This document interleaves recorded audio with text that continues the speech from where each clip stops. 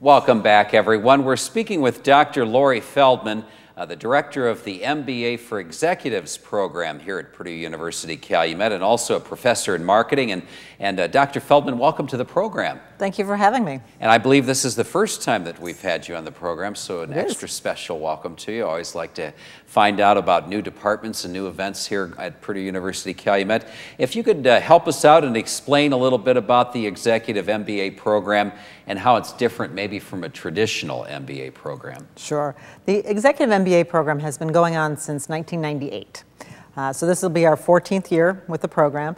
And an Executive MBA program is significantly different from our evening MBA program. Executive MBA programs tend to have folks who have a little bit more experience, tend also to be structured in a cohort approach, as our program is, which means we have one admission period each year. We admit students in the fall of every year, and they come in as a group of about 25 to 30 students and take all of their classes together and then graduate together.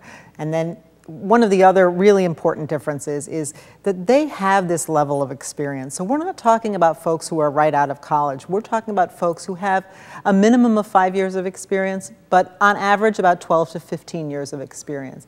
So the group of people that they're learning with and learning from is really full of deep knowledge, and they have a lot to share with each other and a lot to share in the classroom. That really is something else. I mean, coming into a scene like that with 15 years experience, that's a lot to bring to the table. It is. And it's really unique the way that they all stay together as a group, too. I mean, that has to build some kind of cohesion.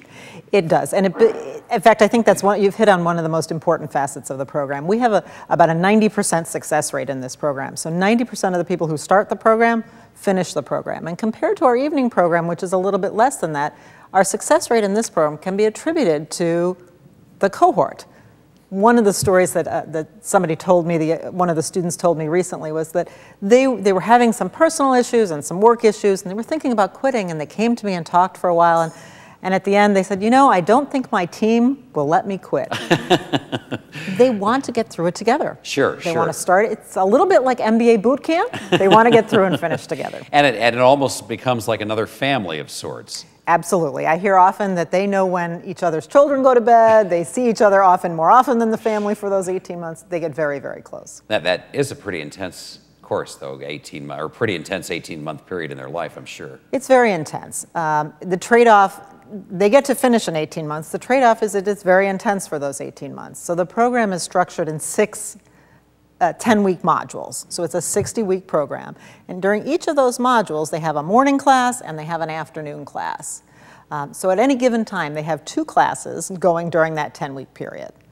And they're still working full-time. And they're still working full-time, and many of them have families. Kids, yes, they don't.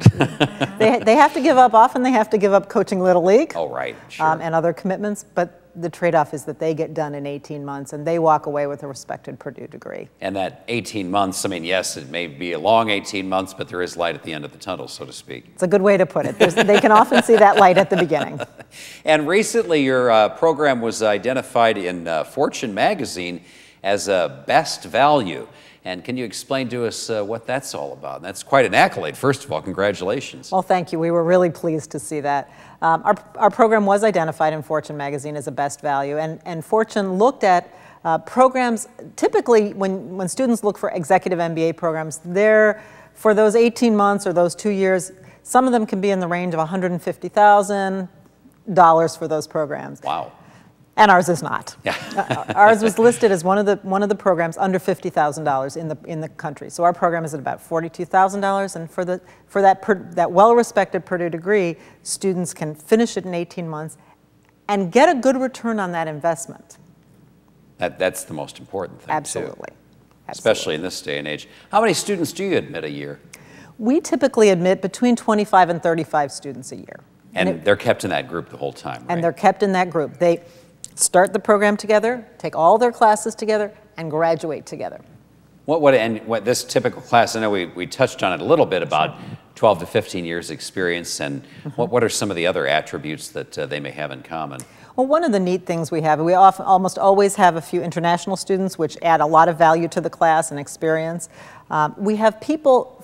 We seek to admit a group of people that are very diverse in terms of the industries they represent, as well as the functional areas within business they represent.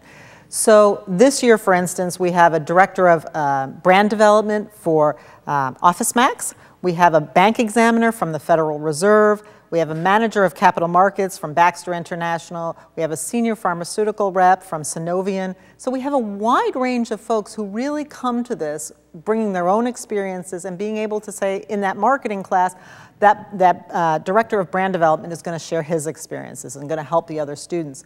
But in the finance class, they're going to rely upon that manager of capital markets to say, tell me about your experiences and how does what we're learning from Professor Obi relate to what's happening in your world? Well, that really is fantastic that you bring all those different facets of the business world together this way. Right. I mean, I don't think there's any other organization or a group of classes or school or study that would allow you to have that kind of different variety all within the same group, learning the same thing essentially, but bringing so many different resources to the table. Yeah, we really seek to bring that differentiation together.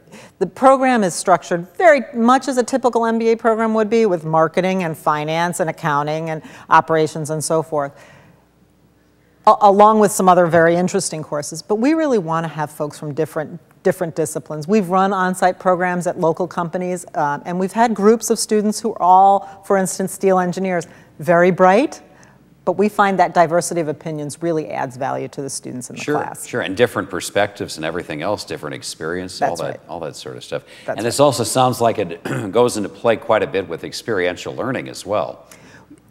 Certainly, experiential learning plays a part in this. That requirement is actually for undergraduate students, but in this case, one of the best experiential learning opportunities that our students have is the international trip. So it's an optional part of this program. This year we're taking students to Brazil. We're going to Sao Paulo and to Rio. And during these trips, students visit companies in the country that we're visiting. So they may visit a manufacturing plant, they may visit a financial services firm, they may visit a not-for-profit, and they learn about how it is to do business in that other country, what the challenges are, what the opportunities might be for doing business if they would like to do business in that country. So it's really a nice opportunity. Along with those business visits, they also get a chance to do some cultural exploration, because understanding the culture is equally as important as understanding the business opportunities. They go hand in hand, and boy, if you make a cultural blunder, you could really blow a business opportunity or two. You absolutely can. That's correct, and we want to avoid those kind of blunders. And these are typically held on Saturday classes. Is that? I think you mentioned a morning and an afternoon class, and it's on Saturdays? Or? That's right. Our program is set up on students come to class on Saturday only. So there's no interference with their work responsibilities. Even for folks who travel, we find they can often get back on Friday night or Saturday morning and then be able to go back on the road on the next Monday. What would a typical Saturday look like for the typical student? A typical Saturday looks something like this. Students arrive about 8 o'clock. We have breakfast for them. That's included in their program fee. They meet with their classmates and talk about any last-minute issues. Class starts about 8:15. Okay? They have a 4-hour class, goes from 8:15 to about 12:30. And so they might have, for instance, accounting in the morning. Our students who just started this September have the accounting class in the morning.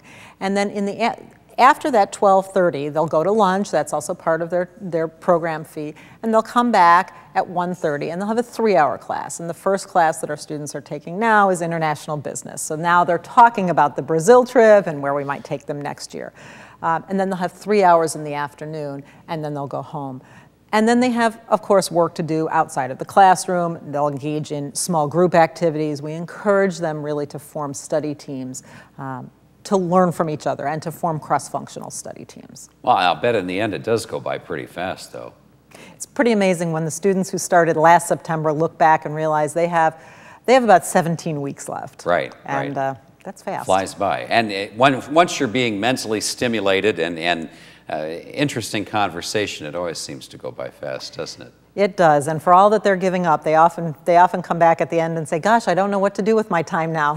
They become much more efficient with what they need to do. What are some of the past successes that the students have enjoyed after they've gone through the program?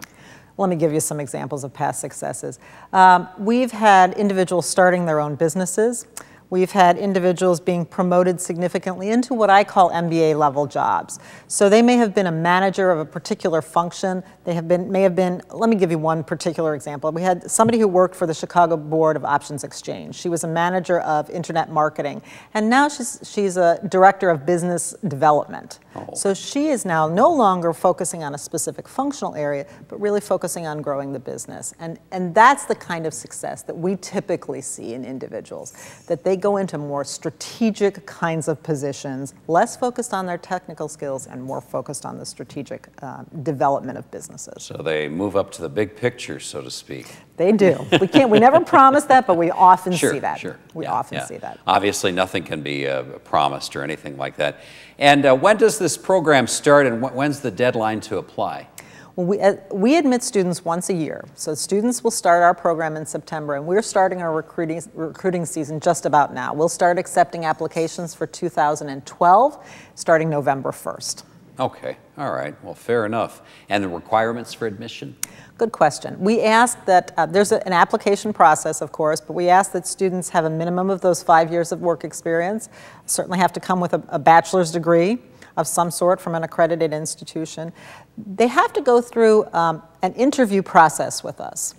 We don't ask them to submit the GMAT score, which is the Graduate Management Admissions Test, which is pretty typical for an MBA program, but not typical for an executive program. Because after folks have been out in the workplace for a while, asking them to come back and take a multiple choice test on math that they haven't had for a few years doesn't seem like a really good predictor. It'd be tough for me. It was tough for me, I will tell you. So we asked them to come back, and in lieu of that GMAT, they come and sit down with a group of folks, 2 or 3 folks, and we talk with them, and we assess their commitment and their readiness for the program, and then we turn around and give And I'm them sure an you get answer. a pretty good feel from that interview as well, don't you? You got a pretty good feel, Yes, absolutely. yes, indeed. Well, Lori, Dr. Feldman, it's been wonderful having you here on the program. Unfortunately, time does fly for us as well. We're just about all out of time. How would someone get a hold of you if they're interested in finding out more about the MBA for Executives program here at Purdue Cal? Sure, there's 2 ways. I think certainly they can give us a call at 219-989-3150 or go to our webpage at purduecal.edu/MBAE. Oh, thanks. Thanks so much. And Dr. Lori Feldman, Director of MBA for Executives program and Professor of Marketing here at Purdue University Calumet, thanks so much for being on the show. My pleasure. Thank you for having me. And we'll be back with more program right after this.